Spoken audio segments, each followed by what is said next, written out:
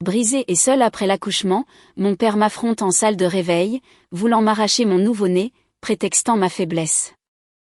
Une infirmière, d'une simple ligne tapée, fait arriver la sécurité, défiant mon père avec autorité et une question cinglante. Je m'appelle Rose Valois-Beaumont. J'ai 28 ans. 6 heures après une césarienne d'urgence, mon père a fait irruption dans ma chambre de réveil avec un avocat et a déclaré froidement « Tu es trop brisée et mentalement instable pour être mère. Une femme abîmée comme toi n'a pas le droit d'élever cet enfant. Nous ramenons notre petit-fils à la maison avant que tu ne le détruises, lui aussi. » J'étais allongée là, recousue, saignant encore, les jambes lourdes et inutiles à cause de la rachianesthésie qui s'estompait, complètement seule. Mon mari se trouvait 3 étages plus bas, en train de réaliser un pontage coronarien d'urgence, injoignable. Ma mère se tenait silencieusement derrière mon père avec un sac à langer déjà préparé. Ils avaient des mois de faux rapports psychiatriques et des documents de demande de garde prêts. Ils pensaient que j'étais au plus bas. Ils pensaient avoir déjà gagné. Ils n'avaient aucune idée que c'était mon hôpital. Une seule frappe sur le clavier de l'infirmière en chef, et 90 secondes plus tard, tout ce qu'ils avaient planifié a commencé à s'effondrer violemment. Maintenant, laissez-moi vous ramener au moment où j'ai émergé du brouillard de la morphine et réalisé exactement ce que mes propres parents essayaient de me faire. L'horloge au mur affichait 16h04. Hugo était né à 10h04 ce matin-là. 6 heures. 6 heures depuis qu'il l'avait sorti de mon ventre. Depuis que je l'avais tenu 30 secondes avant que les infirmières ne l'emmènent à la pouponnière de niveau 2. Juste pour surveillance, avait-il dit, la procédure standard pour les césariennes. J'ai essayé de me souvenir de ces 30 secondes, de son poids, de son cri, de la façon dont son minuscule poing s'était refermé sur mon doigt avant qu'il ne me l'enlève. La morphine rendait tout flou sur les bords. Mon bracelet d'hôpital pressait contre mon poignet. Du plastique blanc avec mon nom imprimé en noir. Valois-Beaumont Rose. En dessous, un numéro correspondant au minuscule bracelet d'Hugo. Connecté même séparé. Où est Hugo? Ma voix est sortie dans un murmure. Est-ce qu'il va bien? L'infirmière qui vérifiait mes constantes, avec ses yeux jeunes et bienveillants, a souri. Il est parfait, ma chérie. La pouponnière est juste de l'autre côté du couloir. Tu le verras bientôt. Repose-toi maintenant. Mais je ne pouvais pas me reposer. Quelque chose clochait. Pas médicalement. Autre chose. Julien. Où était Julien? J'ai revérifié l'horloge. 16h06. Il était entré au bloc opératoire 3 à 11h15 ce matin-là. Chirurgie de pontage d'urgence. 5 heures, avait-il estimé. Il pouvait avoir fini à tout moment où l'opération pouvait se prolonger. C'était souvent le cas. La chaise visiteur était vide, en vinyle bleu canard, rayée et décolorée par le soleil. C'est là qu'il devrait être. C'est là qu'il serait s'il le pouvait. Mon téléphone était dans un casier en bas. Le bouton d'appel de l'infirmière reposait sous ma main droite, rouge et chaud contre ma paume. Devais-je appuyer? Pourquoi faire? Pour dire que je me sentais mal à l'aise? Que quelque chose se serrait dans ma poitrine et que ce n'était pas les agrafes?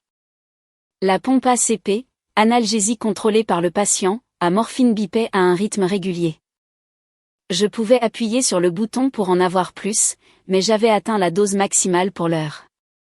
Le voyant vert clignotait, indifférent.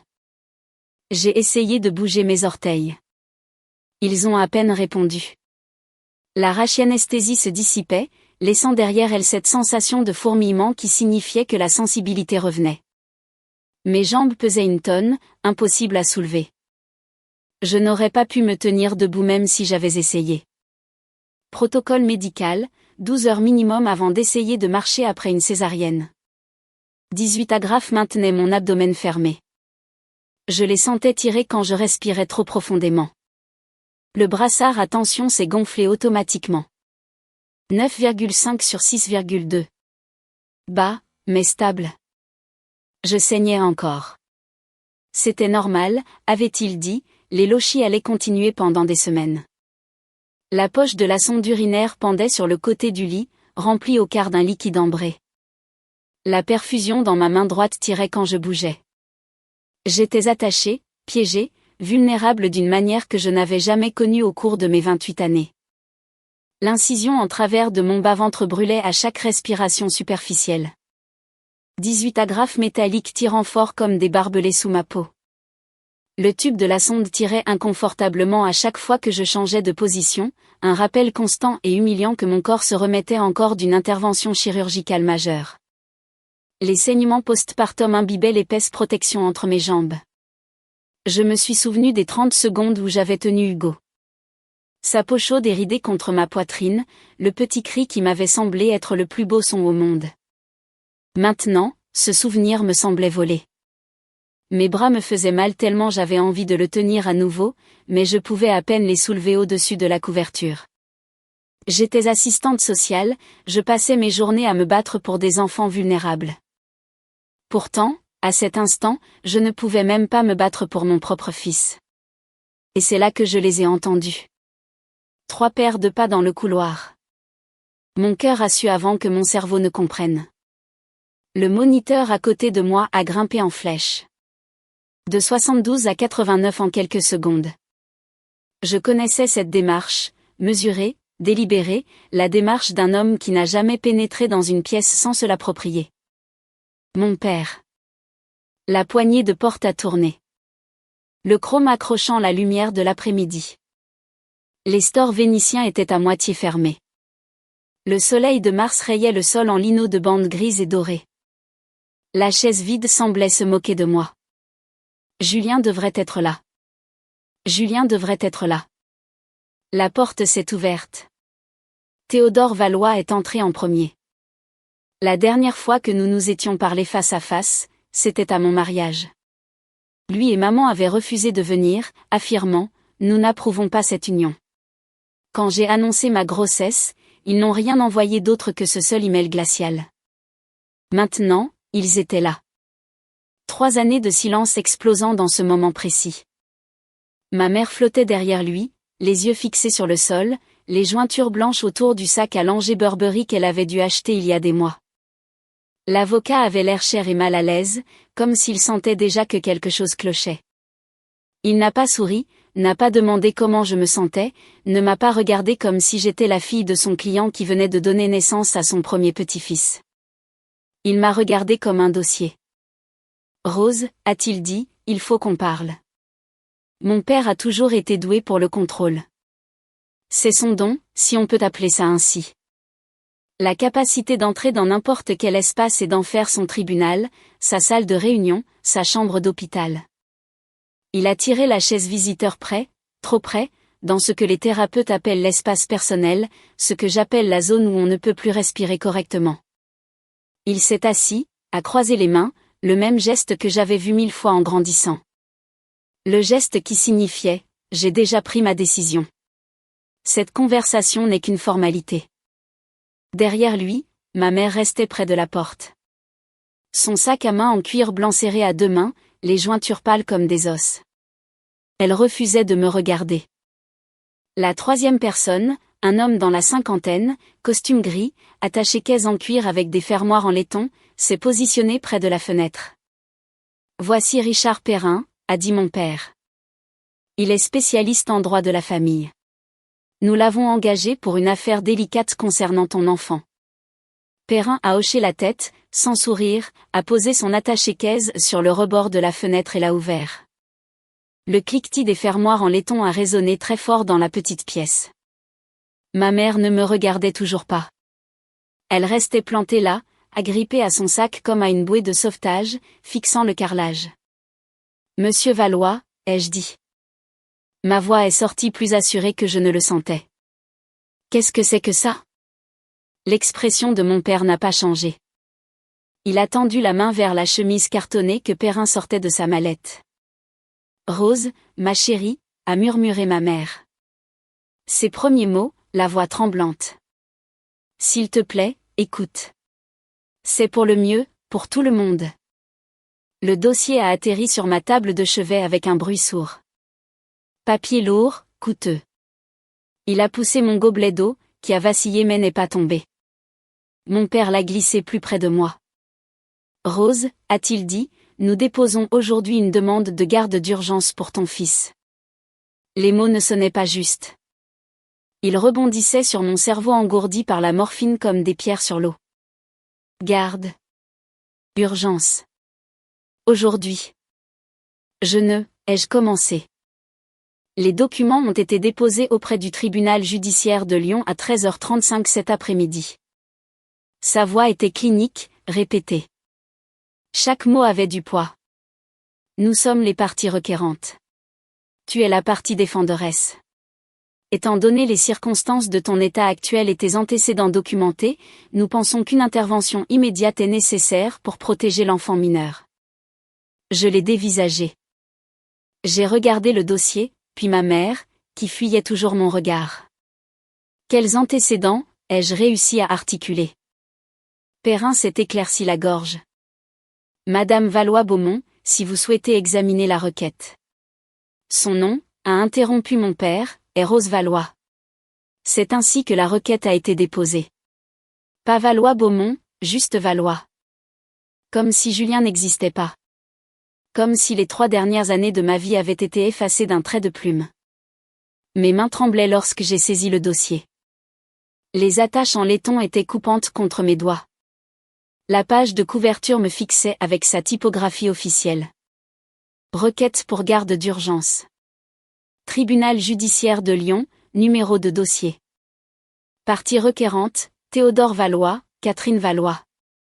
Partie défenderesse, Rose Valois-Beaumont. 52 pages. Mon nom était mal orthographié à la page 3. Valois-Beaumont sans trait d'union. Négligent. J'ai tourné à la page 4. Le 12 novembre. Ce jour-là, j'étais au travail, je supervisais une audience de placement en famille d'accueil jusqu'à 16h. J'avais ma feuille de temps, des emails et des témoignages pour le prouver. Pourtant, voici un rapport de 8 pages affirmant que j'étais assise dans un bureau que je n'avais jamais visité, pleurant sur mon impréparation à la maternité, montrant un affect plat et une mauvaise conscience de mon état. Les codes de diagnostic, troubles dépressifs majeurs et troubles d'anxiété généralisée, étaient écrits comme s'il s'agissait de faits, avec des recommandations de médicaments que je n'avais jamais pris, et des notes de séances décrivant des conversations qui n'avaient jamais eu lieu. En tant qu'assistante sociale qui examinait des évaluations psychiatriques toutes les semaines, je savais exactement à quel point ce document paraissait convaincant sur le papier. Quelqu'un avait passé des mois à monter un dossier capable de détruire ma vie d'une simple pression de touche. Section 3. Documentation de l'instabilité mentale de la partie défenderesse. Sous-section 1. Évaluation psychiatrique réalisée par le Dr Hélène Morel, psychologue clinicienne agréée. 12 novembre 2025. J'ai cessé de respirer. 12 novembre. J'étais au travail ce jour-là. J'avais supervisé une audience à 14h. J'avais ma fiche de pointage pour le prouver. Je n'avais jamais vu de Dr Hélène Morel de ma vie. L'évaluation faisait 8 pages. En-tête professionnelle. Cabinet psychiatrique de la Presqu'île, 21 rue de la République, bureau 304, 69 000 de Lyon. J'ai lu le premier paragraphe. La patiente Rose Valois-Beaumont s'est présentée pour une évaluation initiale le 12 novembre 2025, signalant une anxiété significative concernant sa grossesse et exprimant une ambivalence quant à sa préparation à la parentalité. La patiente semblait négligée, son affect était plat, et elle a fait preuve d'une mauvaise compréhension de son état émotionnel. Je n'étais jamais allée dans ce quartier pour une thérapie. Je n'avais jamais mis les pieds dans un bureau à cette adresse. Les codes diagnostiques m'ont sauté aux yeux. F32.1, trouble dépressif majeur, modéré. F41.1, trouble d'anxiété généralisée. Recommandations médicamenteuses, sertraline 100 mg par jour. Lorazépam 0,5 mg au besoin pour les épisodes d'anxiété aiguë. Je n'avais jamais pris aucun de ces médicaments. Les notes de séance étaient détaillées, spécifiques. Elles décrivaient des conversations que je n'avais jamais eues. La patiente a déclaré : « Je ne suis pas prête pour ça. Je ne sais pas si je peux le faire. Interrogée sur ses systèmes de soutien, la patiente est devenue sur la défensive et distante. Mes mains tremblaient tellement que les pages bruissaient. C'est un faux, ai-je dit. Ma voix semblait venir de très loin. Je n'ai jamais vu cette personne. Je ne suis jamais allée à cette adresse. L'expression de mon père n'a pas bougé d'un cil. Les dossiers cliniques sont très clairs, Rose. Le docteur Morel a documenté tes séances sur une période de 12 semaines. Ton déni est cohérent avec le profil symptomatique qu'elle a identifié. Manipulation psychologique, gaslighting. Le mot a ressurgi de ma formation d'assistante sociale. Faire douter la victime de sa propre réalité. La faire douter de ce qu'elle sait être vrai. J'ai feuilleté plus loin. 26 novembre, 10 décembre. 3 séances documentées en détail. J'étais au travail ces 3 jours-là. Je pouvais le prouver. L'attestation sous serment ne précise pas le lieu des séances, a ajouté Perrin, lisant ses notes. Mais les références du docteur Morel sont. Je me fiche de ces références, ai-je lancé. Je n'y suis jamais allé. J'ai continué à lire. Mon estomac s'est retourné. Section 4, témoignages corroborants. 6 attestations sous serment. Sinon que je ne reconnaissais pas. Julie Poupon. J'ai vu Rose pleurer dans un café en décembre 2025, disant qu'elle n'était pas prête à être mère et qu'elle ne savait pas si elle pourrait aller jusqu'au bout. Marc Ducasse. Rose m'a dit qu'elle avait fait une erreur et avait de sérieux doutes sur sa grossesse. Suzanne Crozier, Bruno Villeneuve, Dorothée Henry, Kevin Chassagne. Affirmant tous des observations similaires. Des dates éparpillées entre octobre et décembre. Café, supermarché, parc public, tout était vague, invérifiable, tout était certifié, tout paraissait légitime. Je ne connais pas ces gens, ai-je dit. Aucun d'entre eux. Qui est Julie Poupon? Madame Poupon est listée comme une citoyenne inquiète qui vous a rencontré dans un café le 18 décembre, a dit Perrin, maintenant mal à l'aise, jetant un coup d'œil à mon père. Quel café? L'attestation ne le précise pas. Évidemment. J'ai tourné à la page 15. Mon souffle s'est coupé. Déclaration de soutien de Catherine Valois. 2 pages. La signature de ma mère en bas. Daté du 1er mars 2026. Il y a 15 jours. Acté par l'étude notariale du siècle, dans le même immeuble que le cabinet d'avocat de mon père. J'ai levé les yeux vers elle. Elle pleurait maintenant, des larmes silencieuses coulant sur son visage. Maman, ai-je dit. Tu as signé ça. Elle n'a pas répondu. Elle est restée là à pleurer, tenant ce sac à main blanc comme si c'était la seule chose qui la maintenait debout. J'ai lu sa déclaration. J'ai été témoin du déclin de la santé mentale de ma fille au cours de la dernière année. Elle s'est de plus en plus repliée sur elle-même, refuse le soutien familial et exprime une colère inappropriée envers son père et moi-même. Elle a fait des déclarations inquiétantes sur le fait de se sentir dépassée par l'approche de la maternité. Je crains pour la sécurité de mon petit-fils s'il reste sous sa garde. Tu ne m'as pas vu depuis 3 ans, ai-je dit. Ma voix était très calme maintenant, très contrôlée. Tu n'es pas venu à mon mariage. Tu n'as pas répondu quand je t'ai dit que j'étais enceinte et tu as signé un document légal affirmant que tu as été témoin du déclin de ma santé mentale. Rose, je t'en prie, sa voix s'est brisée. S'il te plaît quoi? J'ai regardé mon père. Tu as fait ça. Tu l'as forcé à signer ça. Il n'a pas nié. Il m'a juste regardé avec ses yeux froids et évaluateurs. Ton père a dit que c'était le seul moyen de t'aider, a murmuré ma mère. M'aider. Le rire qui s'est échappé de moi ne ressemblait pas au mien. En me prenant mon enfant. J'ai reporté mon attention sur la requête. Page 16, dernier paragraphe. Étant donné l'état physique et mental actuel compromis de la partie défenderesse, post-opératoire, sous médication et sans système de soutien adéquat. Les parties requérantes demandent la garde temporaire immédiate en attendant une audience probatoire complète. Le retrait d'urgence est justifié pour protéger l'enfant mineur d'un préjudice prévisible. L'horloge affichait 16h11. Julien était toujours en chirurgie. J'étais seule. Et mes parents venaient de m'annoncer qu'ils prenaient mon fils. Mon père avait planifié cela depuis 7 mois. Je le sais maintenant. Je peux remonter le fil. L'email qu'il avait envoyé en août quand je leur avais dit que j'étais enceinte. Celui qui disait « Nous devons discuter de ce qui est le mieux pour cet enfant ». Pas de félicitations, pas de joie, juste cette déclaration d'intention froide et calculée. J'avais pensé que c'était de l'inquiétude, mal avisée, autoritaire, la préoccupation typique de Théo Valois. J'avais supprimé l'email, bloqué son adresse professionnelle. Je pensais que c'était fini. Mais il avait travaillé, construit, fabriqué un dossier contre moi. 4 mois, de novembre à février, de fausses séances de thérapie, de faux témoins, de fausses preuves d'une instabilité qui n'existait pas. Comment combattre ça? Comment prouver que quelque chose n'existe pas? J'ai essayé de m'asseoir plus droite. Les agrafes ont tiré. Une douleur a transpercé mon abdomen. La morphine en a atténué l'intensité, mais n'a pas pu toucher la douleur plus profonde. Tu as engagé quelqu'un pour créer de faux dossiers médicaux, ai-je dit. C'est de la fraude. C'est. La documentation est légitime, a déclaré mon père. Sa voix n'a jamais tremblé, ne s'est jamais élevée. Une certitude absolue. Le docteur Morel est une professionnelle agréée qui. C'est ce que nous allons voir, ai-je soutenu son regard. Parce que je vais mener mon enquête.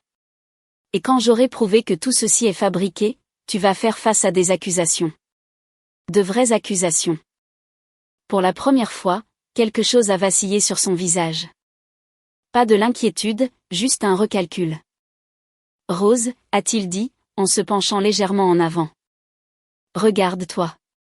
Tu es en post-opératoire, sous médicaments, seul. Ton mari est indisponible.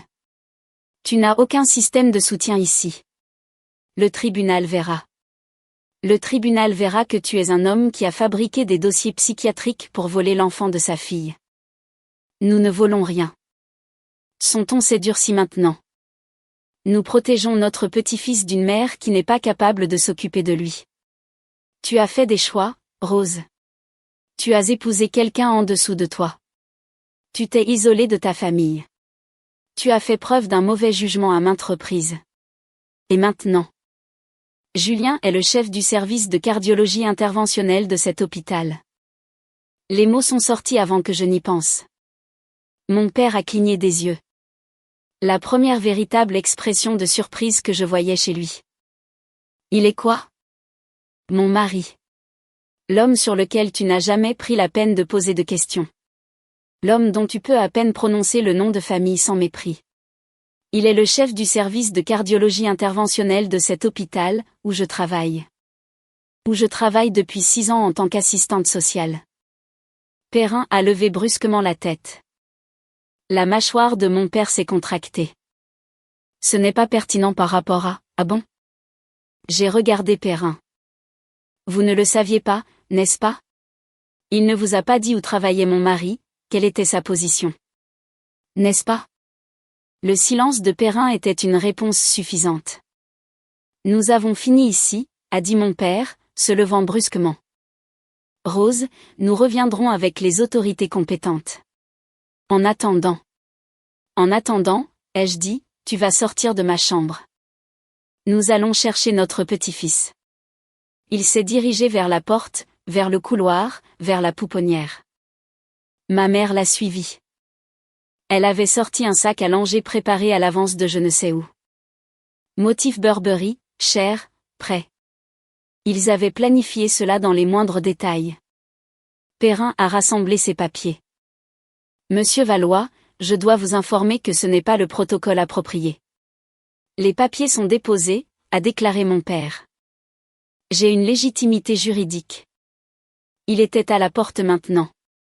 J'ai essayé de me lever. Je ne pouvais pas. Mes jambes ne me soutenaient pas. La rachianesthésie s'estompait, mais j'étais encore trop faible, trop diminuée. J'ai appuyé sur le bouton de morphine, désespéré, en vain. Ça n'aiderait pas. Ça ne pouvait pas aider. Mon père a ouvert la porte, et Hélène Garcia, l'infirmière en chef de l'unité de réveil, se tenait juste là. Hélène a 52 ans. Elle travaille au CHU de Lyon depuis 28 ans. Elle a commencé la même année que ma mère, en 1998, quand elles étaient toutes les deux infirmières aux urgences. Elle était là quand ma mère a démissionné en 2001, quand mon père a débarqué à l'hôpital, a fait un scandale, et que ma mère a remis sa démission le jour même. Hélène se souvenait de Monsieur Valois. Monsieur, a-t-elle dit. Sa voix était professionnelle, neutre, mais il y avait quelque chose en dessous, quelque chose d'acier. Mon père l'a à peine regardé. Excusez-moi, je dois vérifier les constantes de Madame Valois-Beaumont. Hélène est passée devant lui pour entrer dans la chambre, se positionnant entre lui et le couloir, entre lui et la pouponnière. Elle s'est approchée de mon lit, a enroulé le brassard à tension autour de mon bras. Ses mouvements étaient calmes, habitués, mais ses yeux étaient vifs, évaluateurs. Le brassard s'est gonflé. 9,8 sur 6,4. Stress élevé. La fréquence cardiaque a augmenté, a dit doucement Hélène, ajustant ma perfusion de morphine, vérifiant le volume de la sonde urinaire. Sa main planait au-dessus du terminal informatique juste à l'extérieur de ma porte. Mon père se dirigeait de nouveau vers le couloir. Mon esprit s'emballait de panique. S'ils atteignaient la pouponnière maintenant, alors que Julien était encore en salle d'opération, ils pourraient exhiber les papiers de garde et repartir avec Hugo avant que quiconque ne puisse les arrêter. J'imaginais l'agent de sécurité à la porte de la pouponnière s'effaçant, les infirmières remettant mon fils parce que les documents semblaient officiels. Cette pensée me donnait la nausée. J'entendais leurs pas s'éloigner dans le couloir vers la pouponnière de niveau 2. Chaque pas résonnait comme un marteau sur ma poitrine. Hélène a tapé une seule ligne. J'ai aperçu l'écran juste une seconde. Sécurité en salle de réveil 412. Interférence familiale priorité 1. Horodatage 16h10. Elle n'a rien dit, n'a pas regardé mon père, a simplement tapé, enregistré la demande, et a reculé dans ma chambre. Je vais avoir besoin que tout le monde reste dans la chambre un instant, a-t-elle dit, toujours professionnelle, toujours calme. Mon père l'a ignoré, a continué à marcher vers la pouponnière. Ma mère l'a suivi, sac à langer en main. Perrin est resté figé, son attaché-caisse à moitié fermé. 15 secondes. 35 secondes. Je les comptais. Je ne pouvais pas m'en empêcher.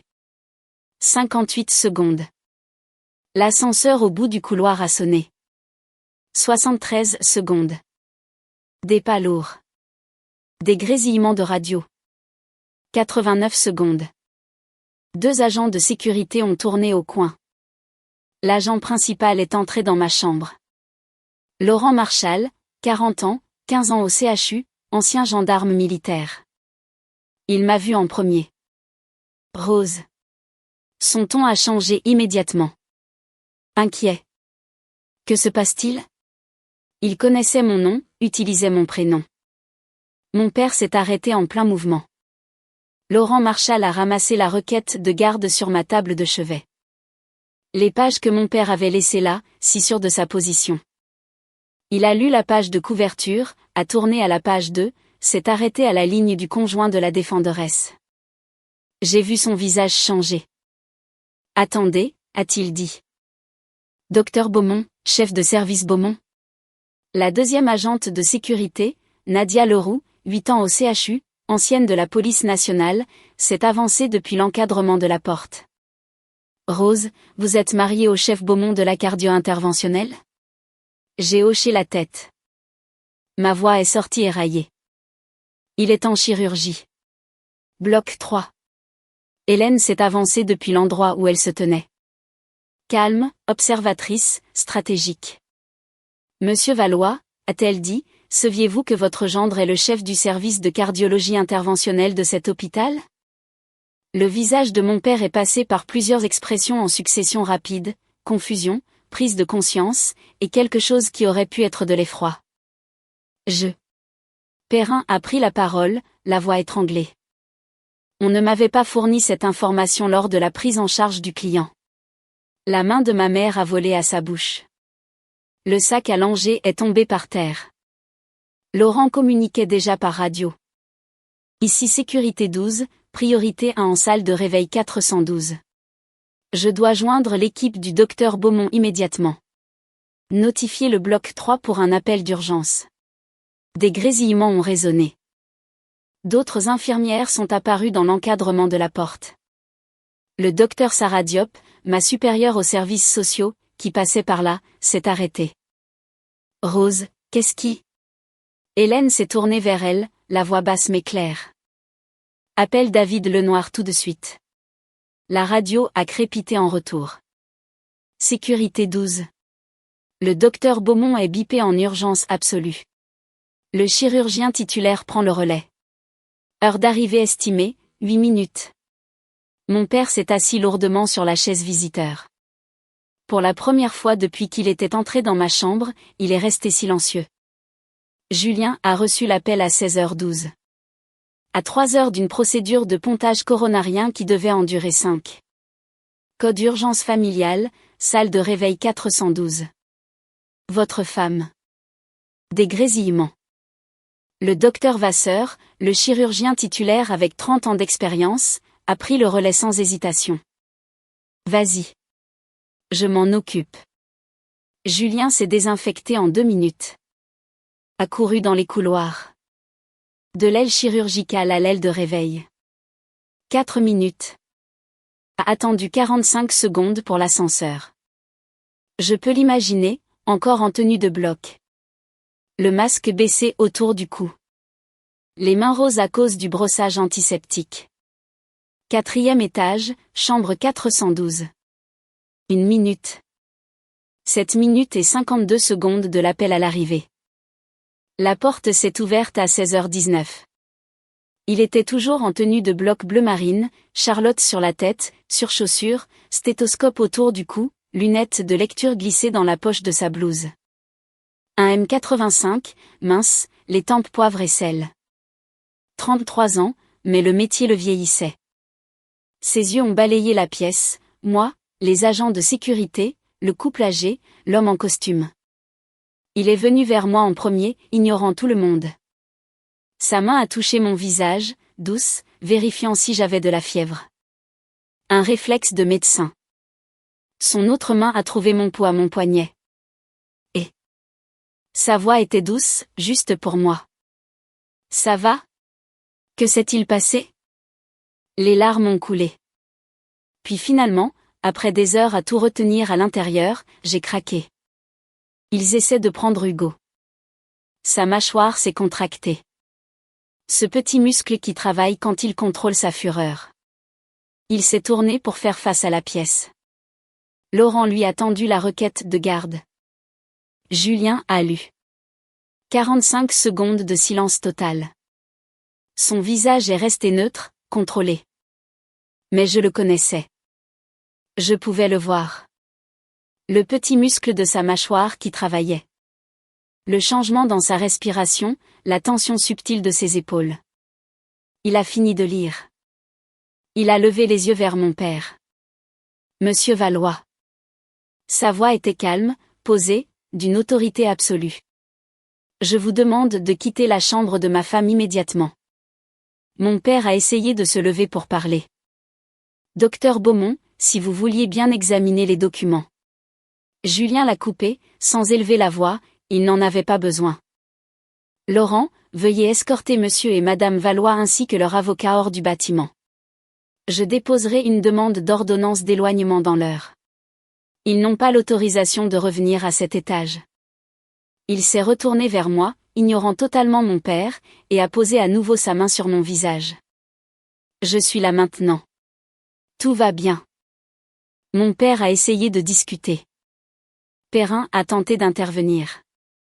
Julien ne les a même pas regardés. Laurent, a-t-il répété, et c'est tout ce qu'il a fallu. L'escorte a commencé à 16h22. Au 4e étage, 12 membres du personnel regardaient. Infirmières, internes, cadres de santé, des gens avec qui j'avais travaillé pendant 6 ans.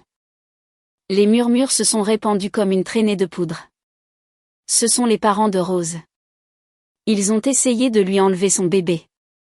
Certains visages montraient le choc, d'autres une colère silencieuse. Beaucoup avaient connu ma mère à l'époque où elle était aux urgences. J'étais allongée dans mon lit, écoutant les bruits de pas s'estomper et les crépitements de la radio résonner dans le couloir. Un étrange mélange d'humiliation et de soulagement m'a envahi. Mes parents, ces personnes qui contrôlaient autrefois chaque aspect de ma vie, étaient expulsés de l'hôpital comme de vulgaires intrus, sous les yeux de tous ceux qui comptaient. Chambre de réveil 412, couloir de l'aile cascade, ascenseurs centraux, hall principal, porte de sortie. Environ 250 mètres, 12 minutes, délibérément lent, délibérément visible. L'ascenseur s'est arrêté au 3e étage. 4 internes sont entrés, ont vu l'escorte, se sont tus. Le hall, 16h34. Changement de garde, trafic de pointe. J'ai appris plus tard qu'il y avait 127 personnes présentes. Les caméras de sécurité les ont enregistrées. 3 de mes collègues du service social, 2 cadres de santé, une médiatrice patient. Le docteur Sarah Diop s'est arrêté au milieu d'une conversation avec une famille et a regardé.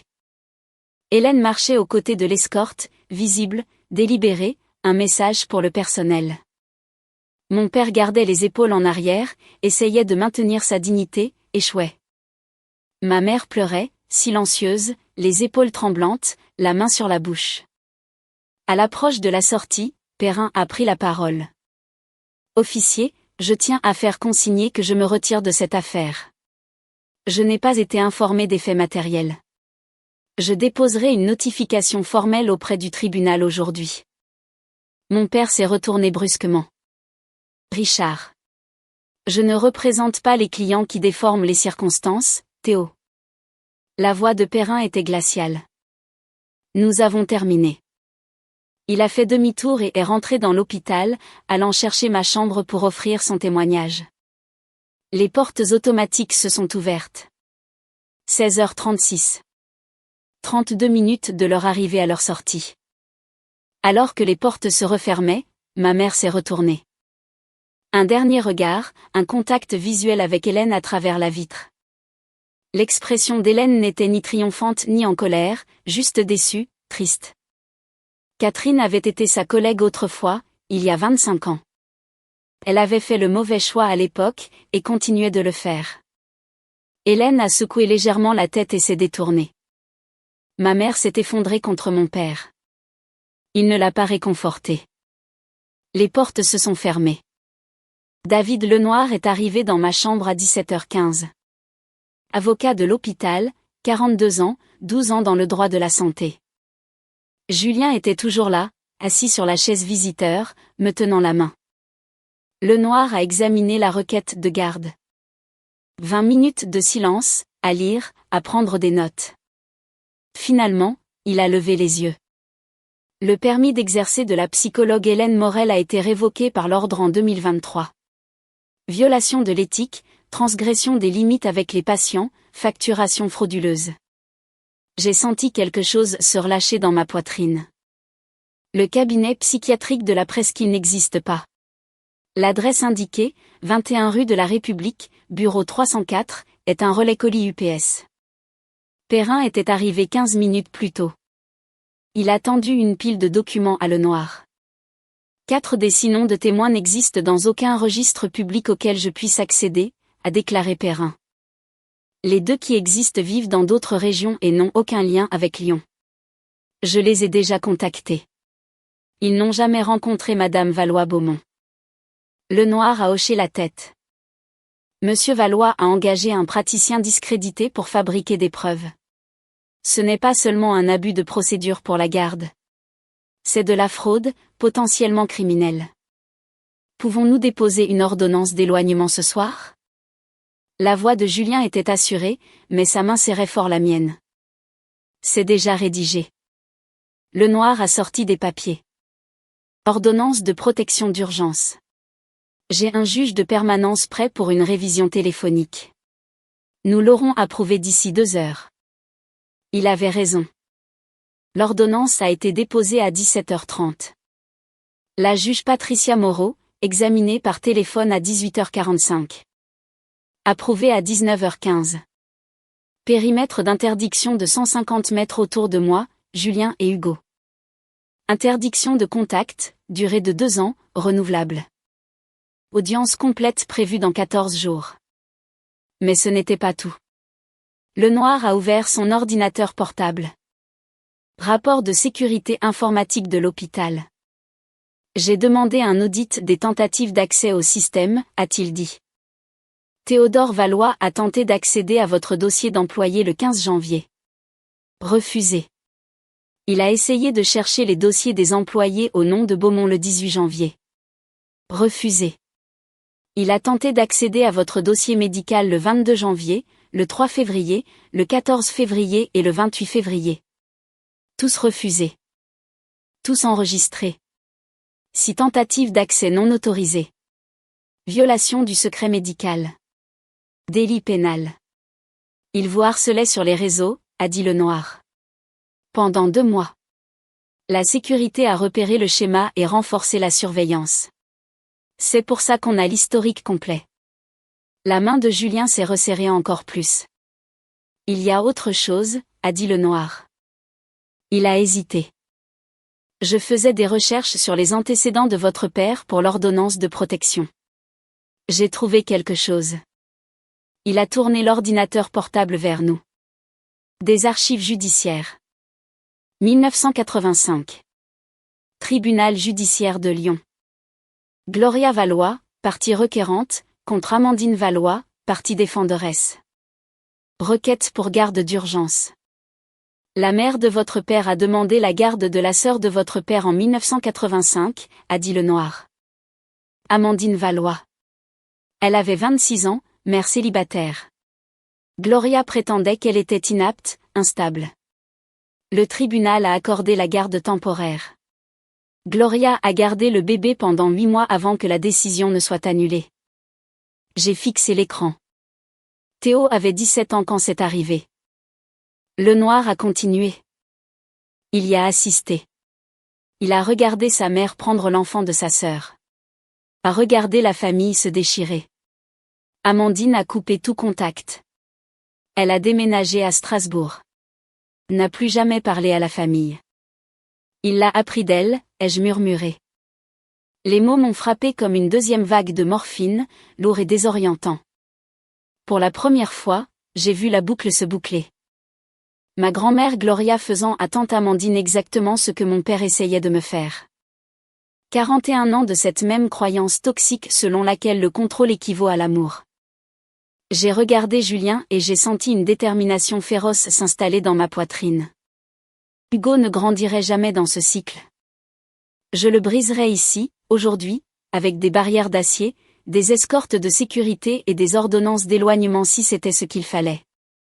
La main de Julien a trouvé ma nuque. Un point d'ancrage. C'est un schéma, a dit doucement le noir. Un traumatisme transgénérationnel. Il pense que c'est un sauvetage. Que c'est de l'amour. Hélène a parlé depuis l'encadrement de la porte. Je ne l'avais pas entendue entrer. Catherine travaillait ici en 1998, a-t-elle dit. Infirmière aux urgences. Elle était douée. Vraiment douée. Elle allait devenir infirmière en chef. Elle a fait une pause. Ton père est arrivé un jour en 2001, a fait un scandale, lui a dit que sa place était à la maison. Elle a donné sa démission cet après-midi-là. Je m'en souviens. Elle pleurait. Elle a tout abandonné pour lui, ai-je dit. Et maintenant, elle a tout perdu à cause de lui, a dit Hélène. Vous deux. La pièce est restée silencieuse un long moment. Julien a brisé le silence. Le bureau du procureur voudra examiner cela. Les faux dossiers, les violations du secret médical. J'enverrai le dossier complet demain. Oui, a dit le noir. Mais Rose, pour ce soir, ils sont partis.